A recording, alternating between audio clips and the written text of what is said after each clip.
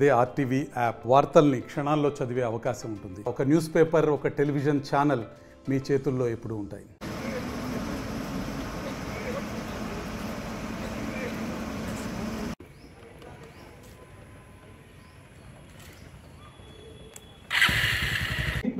పోలీసులు అడిగితే యాక్చువల్గా వాళ్ళు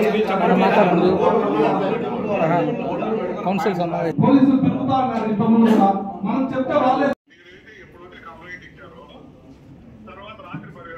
నేను కమిషనర్ గారికి రిపోర్ట్ చేసిన తర్వాత మళ్ళీ ఫోన్ చేస్తానంటే ఎందుకు చెప్పినారు నేను ఇటువంటి అధికారులు వీళ్ళు కలెక్షన్ చేసేది వీళ్ళు నిజాయితీగా ఉండేది. మళ్ళీ ఆయన మళ్ళా ఛార్జ్ మళ్ళీ ఇస్తాడు ఆయన.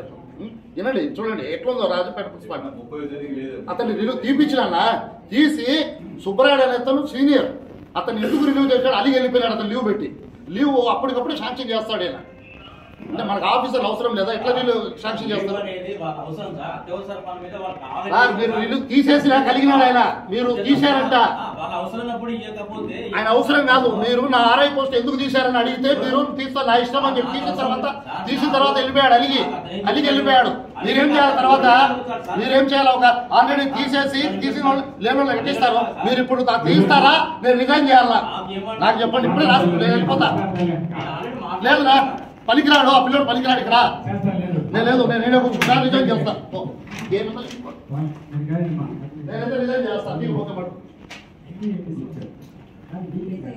ఇటువంటి అధికారులు పెట్టుకుంటే ఇటువంటి అధికారులు ఎట్లా పెడతారా?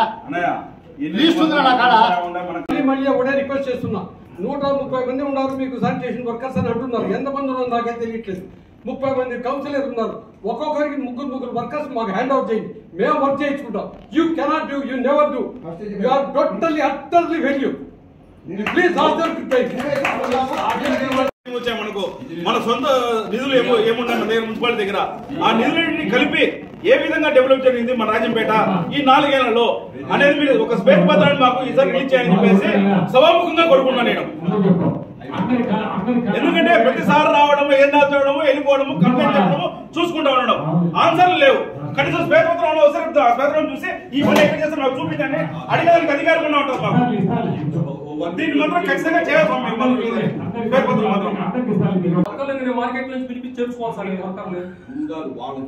ఎవరు సార్ పలికేది? ఎవరు సార్ పలికేది? ఎవరు చెప్పు, సమాధానం చెప్పు. ఎవరు వచ్చారు?